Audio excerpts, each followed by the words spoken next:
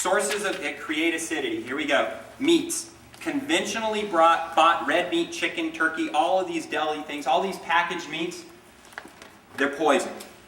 Don't buy them. Sugar, refined carbohydrates.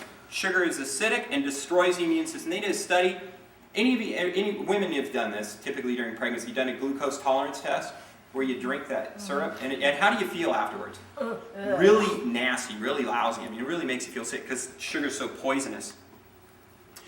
They did a study by giving people a tablespoon of, an equivalent of a tablespoon of sugar in that glucose syrup. Have them drink it, and they measure what happens to their white blood cell activity. It absolutely stops it for 2 to 5 hours.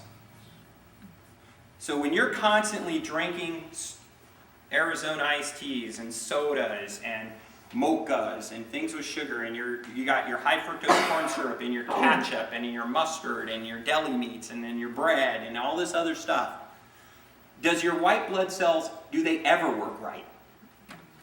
They never work right. They never work right.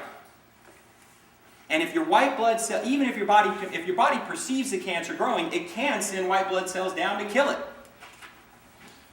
But not if they're all asleep on the job.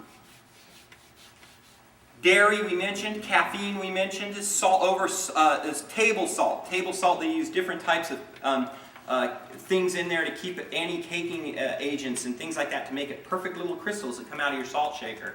I only use Celtic sea salt, but it's moist. It won't go in your shaker. It won't come out of your mill. You got to do it by hand. It's just the only way because it holds moisture and it's got all these different trace minerals and everything else in it. Alcohol causes acidity. Tobacco we mentioned, artificial sweeteners, and the clincher here, you guys, all medications.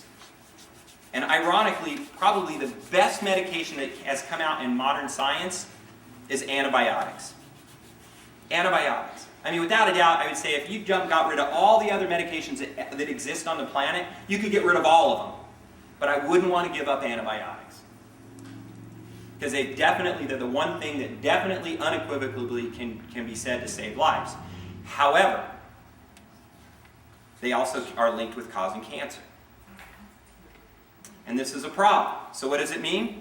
Keep a strong immune system so you never need the antibiotics.